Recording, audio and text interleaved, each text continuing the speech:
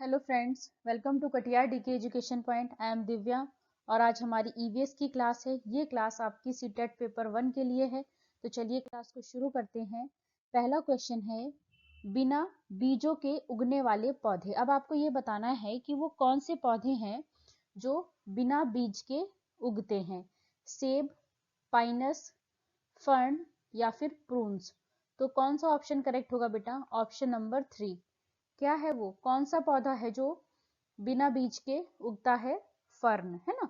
Option number 3 आपका correct हो जाएगा। आगे बढ़ेंगे हम।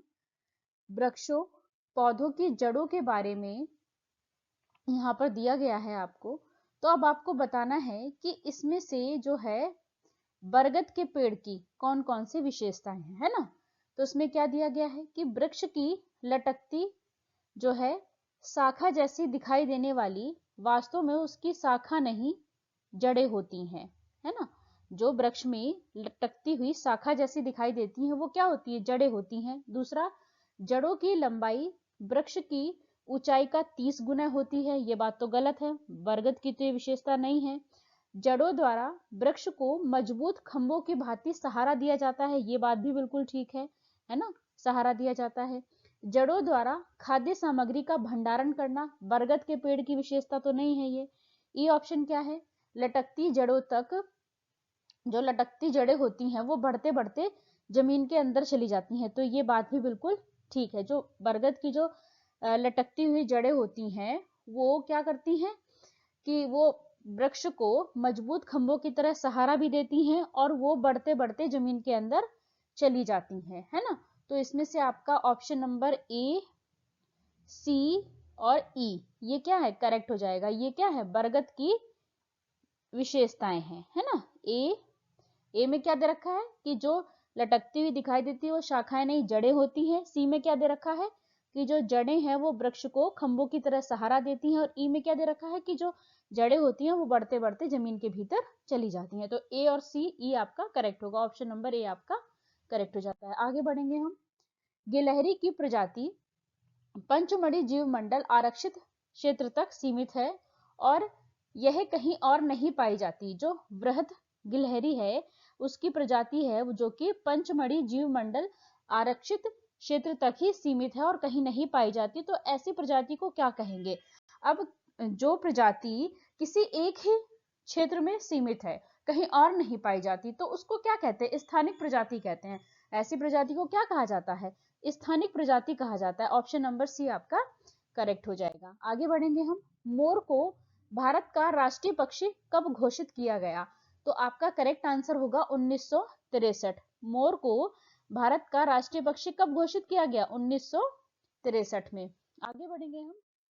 किस प्रकार के पक्षी की चोंच मीट को काटने और खाने के काम आती है? अब आपको ये बताना है बेटा कि किस तरीके की चोंच जो होती है जो मीट को काटने के काम आती है। तिकोने आकार वाली चोंच, सीधी और पतली चोंच, हुक जैसी चोंच, लंबी पतली सुई जैसी चोंच। तो बेटा मीट को काटने और खाने के काम कौन सी चोंच आती है? हुक जैसी चोंच, है ना।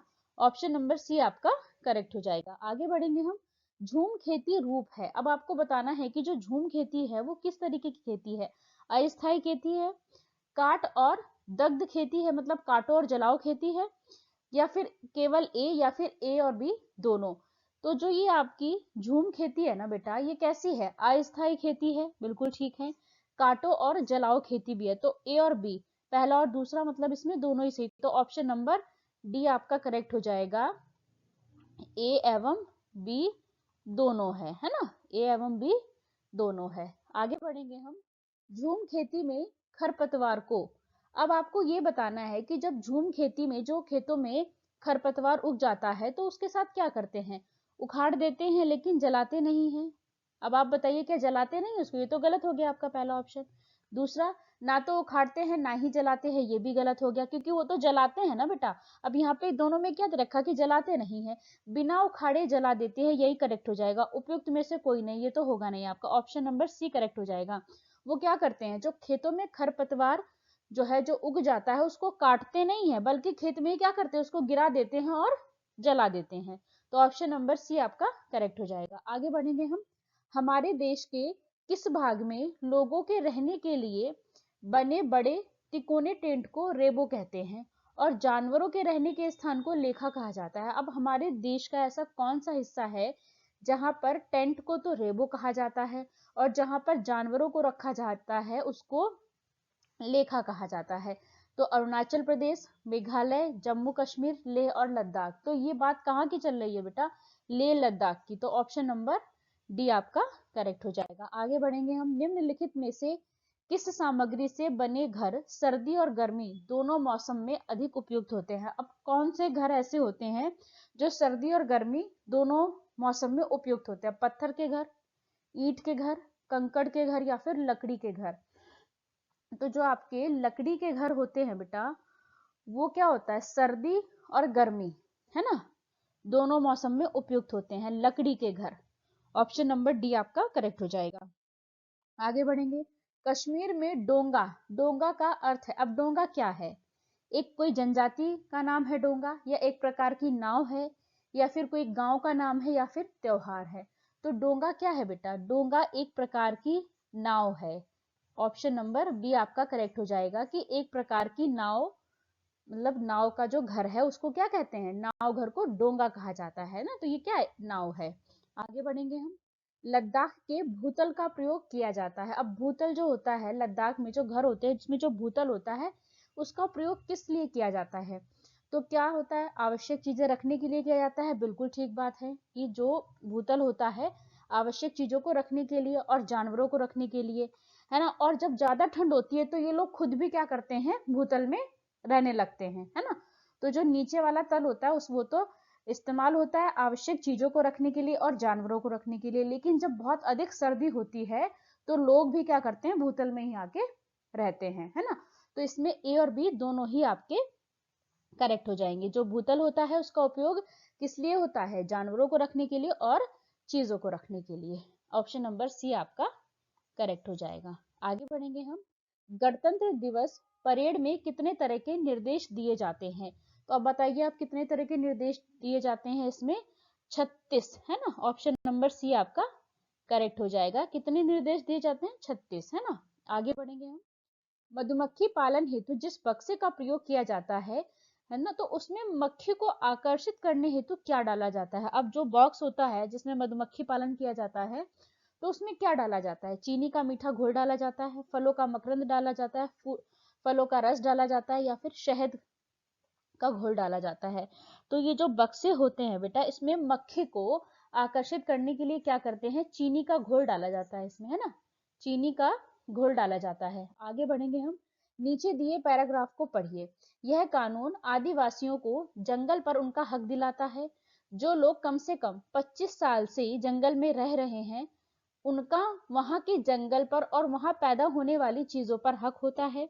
उन्हें जंगल से हटाया नहीं जाता है ना। जंगल बचाने का काम वहां की ग्राम सभा करती है। तो ये कानून होना चाहिए, है ना। राष्ट्रीय वन नीति 1988, जंगल अधिकार अधिनियम, है ना, 2007, वन्य जीव संरक्षण अधिनियम 1972, या इनमें से कोई नहीं? तो आप बताइए इसमें से कौन सा ऑप्शन आपका करेक्ट होगा? जंगल अधिकार अधिनियम 2007, है ना। ऑप्शन नंबर बी आपका करेक्ट हो जाएगा। आगे बढ़ेंगे हम। प्राइमरी स्तर पर ईवीएस की थीम आपस में संबंध और एवं अंतर संबंधित है, क्यों?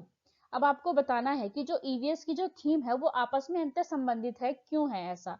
क्योंकि ईवीएस एक का जो स्वरूप है वो एकीकृत है, ईवीएस एक अनुशासनीय स्वरूप है, ईवीएस का एकल विषय स्वरूप है, या फिर ईवीएस का विषय पर आधारित स्वरूप है? तो जो प्राइमरी लेवल है बेटा वहां पर जो ईवीएस की थीम है ना, वहां पर क्या है? थीम दे रखी है, तो वो आपस में क्या है? अंतर संबंधित है। ऐसा क्यों है? क्योंकि ईवीएस का एकीकृत स्वरूप है। तो ऑप्शन नंबर ए आपका करेक्ट हो जाएगा। ईवीएस का स्वरूप कैसा है? एकीकृत स्वरूप है। आगे बढ़ेंगे हम। ईवीएस का स्वरूप बाल केंद्रित है क्योंकि बच्चे जो है वो अनुभव के द्वारा जो है सीखने पर बच्चा केंद्रित होता है ना। या फिर ईवीएस के जो है प्रत्ययों और विषयों का शिक्षण है, विद्यार्थियों के व्यवहार में इच्छित बदलाव है, या फिर विद्यार्थियों का सामाजिक भावनात्मक कौशलों का विकास है? तो जो ईवीएस का स्वरूप है ये बाल केंद्रित है ना। ऐसा क्यों है? क्योंकि अनुभव के द्वारा सीखने पर ये केंद्रित है ना। बच्चा कैसे सीखता है? अपने अनुभव के द्वारा बच्चा सीखता है। तो ऑप्शन नंबर ए आपका करेक्ट हो जाएगा। आगे बढ़ेंगे हम। डांडी वह स्थान जहां पर डांडी यात्रा की गई, ये कहां पर स्थित है? ये गुजरात में है बेटा। ऑप्शन नंबर ए आपका करेक्ट हो जाएगा। कहां पे है ये? गुजरात में है। आगे बढ़ेंगे हम। निम्नलिखित में से पेट्रोलियम के सही लक्षण को चुनिए। अब पेट्रोलियम जो है वो कैसा होता है? अच्छी गंध का होता है, पतला होता है, नीला रंगीन द्रव होता है, बिना गंध का गाढ़ा गहरे रंग का तरल होता है, या फिर बदबूदार गाढ़ा गहरे रंग का तेल होता है, या फिर बदबूदार पतला पीला द्रव होता है। तो जो आपका पेट्रोलियम होता है बेटा वो बदबूदार गाढ़ा और गहरे रंग का तेल होता है। तो ऑप्शन नंबर सी आपका करेक्ट हो जाएगा। जो पेट्रोलियम होता है उसकी क्या विशेषताएं हैं कि वो बदबूदार होता है, गाढ़ा होता है और गहरे रंग का तेल होता है। तो ऑप्शन नंबर सी करेक्ट हो जाएगा। आगे बढ़ेंगे हम। मधुबनी चित्रों को बनाने के लिए चित्रकारों द्वारा उपयोग किए जाने वाले रंग होते हैं। अब जो मधुबनी चित्रकला है उसमें जो रंग इस्तेमाल किए जाते हैं वो कैसे बने होते हैं? सोने चांदी को घोलकर बनाया गया पेंट होता है क्या, है ना? पिसे हुए चावल का जो रंगीन घोल होता है, विशेष प्रकार से बने पोस्टर रंग होते हैं, या अति उत्तम गुणवत्ता के फाइबर पेस्ट होते हैं? तो जो बेटा मधुबनी पेंटिंग में जो कलर बनाए जाते हैं, है ना, वो कौन से रंग होते हैं? पिसे हुए जो चावल होते हैं उनका रंगीन घोल होता है। तो ऑप्शन नंबर बी आपका करेक्ट हो जाएगा। जो पिसे हुए चावल हैं उसका रंगीन घोल होता है ना? तो ऑप्शन नंबर बी करेक्ट हो जाएगा। आगे बढ़ेंगे हम। पोचमपल्ली एक शहर है जहाँ के अधिकांश परिवार बुनाई का कार्य करते हैं, और एक विशेष प्रकार का वस्त्र जिसे बुनते हैं उसे पोचमपल्ली कहा जाता है। यह शहर जहां सुंदर चमकदार रंगों की साड़ियां बनती हैं किस राज्य का भाग है? केरल का, कर्नाटक का, तमिलनाडु का, या फिर तेलंगाना का? तो ये कहाँ का हिस्सा है? तेलंगाना का हिस्सा है। ऑप्शन नंबर डी आपका करेक्ट हो जाएगा। ये तेलंगाना का हिस्सा है। वीडियो अच्छी लगे तो लाइक करें, शेयर करें, चैनल को सब्सक्राइब करें। Thanks for watching this video.